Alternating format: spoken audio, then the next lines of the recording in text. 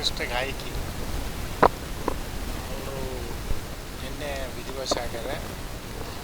ಅವರಿಗೆ ನಾನು ಭಾವಪೂರ್ಣವಾದಂಥ ಶ್ರದ್ಧಾಂಜಲಿ ಸಲ್ಲಿಸ್ತೇನೆ. ಸರ್, 2 ದಿನಗಳಿಂದ ವಿಜಯಪುರದಲ್ಲಿ ಎಸ್ಐಆರ್ ಭಾಳ ಗಲಾಟೆ ಕಾರಣ ಗುಂಡಾಗಿರಿ ಮಾಡ್ತಾ ಇದ್ದಾರೆ. ಅವ್ರಿಗೆ ಭಯ ಬಂದಿದೆ.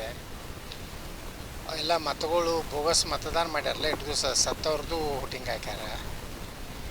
ಮಾರು ವಿಷಯದಲ್ಲಿ ಬಂದು ಹುಟ್ಟಿಂಗ್ ಹಾಕ್ಯಾರ. ಕೈಗೆ ಹಚ್ಚಿದಂಥದ್ದು ಯಾವುದೋ ಕೆಮಿಕಲ್ ಹಚ್ಚಿ ಅಳಿಸ್ಕೊಂಡು ವೋಟಿಂಗ್ ಹಾಕ್ಯಾರ. ಈಗ ಇದು SIR ಆಗೋದ್ರಿಂದ ಯಾರು ಸತ್ತವ್ರದ್ದೆಲ್ಲ ಫೋಟೋಗಳು ಡಿಲೀಟ್ ಆಗ್ತಾವೆ. ಮತ್ತು ನಕಲಿ ಫೋಟೋ ಹೊರಗಿನವ್ರದ್ದು ಏನು ಮಾಡ್ಯಾರ ಅವೆಲ್ಲ ಡಿಲೀಟ್ ಆಗ್ತಾವೆ.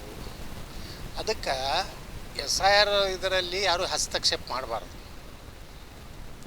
ಇವತ್ತು ಜನಪ್ರತಿನಿಧಿಗಳು ಸಹಿತ BLO ಜೊತೆಗೆ ಒಂದು ರೀತಿ ಪ್ರೀತಿಯಿಂದ ಏನು ತಪ್ಪಾಗಿದ್ದರೆ ಹೇಳಬೇಕು. ಆದರೆ ಎಲ್ಲರಿಗೂ ಅಧಿಕಾರ ಐತಿ. ನೀ ಯಾಕೆ ಬಂದಿ ಅಂತ ಇವೇನು MLA ಅಲ್ಲ, MP ಅಲ್ಲ, ಅಥವಾ ಈ ಬಿಜಾಪುರದ ಆದಿಲ್ ಸಾಯನ ಮರಿಮೊಮ್ಮಗನೂ ಅಲ್ಲ. ಆದಿಲ್ ಸಾಯನೂ ಹೋಗ್ಯಾನ ಆ ಕಡೆ ಹೋಗ್ಕೋತಾ.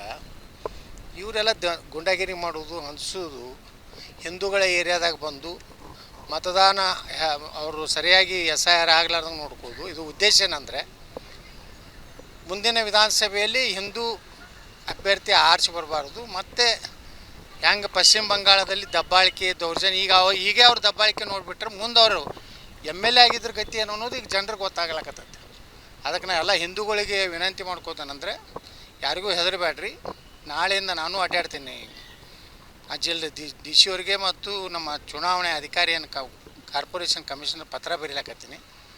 ಇವತ್ತು ಯಾವನೋ ಒಬ್ಬ ಮೆಂಬರು ಒಂದು ಮಸೂತಿ ಒಳಗೆ ಮೀಟಿಂಗ್ ಮಾಡ್ತಾನೆ. BLOಗಳು ಯಾರು ಅಧಿಕಾರ ಕೊಟ್ಟರು ಅವನಿಗೆ?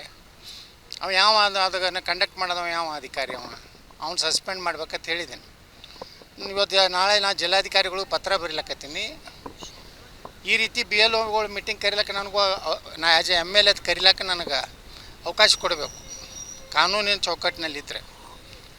ಇರಲಿಲ್ಲ ಅಂದರೆ ಅವನ ಮ್ಯಾಗೆ ಆ್ಯಕ್ಷನ್ ಆಗಬೇಕು. ಅವನ ಆಫೀಸರ್ ಯಾಕೆ ಹೋದವ BLOಗಳನ್ನ ಕರ್ಕೊಂಡು ಅವನ ಮ್ಯಾಗೂ ಕ್ರಿಮಿನಲ್ ಕೇಸ್ ಆಗಬೇಕು ಹೊರತಿ ಮೇಲೆ. ಮತ್ತು ಹೊರತಿಗೆ ಪ್ರಚೋದನೆ ಮಾಡೋದಂಥ ಏನು ವ್ಯಕ್ತಿ ಅದನ್ನಲ್ಲ ಅವನ ಮ್ಯಾಗೂ ಕೇಸ್ ಆಗಬೇಕು.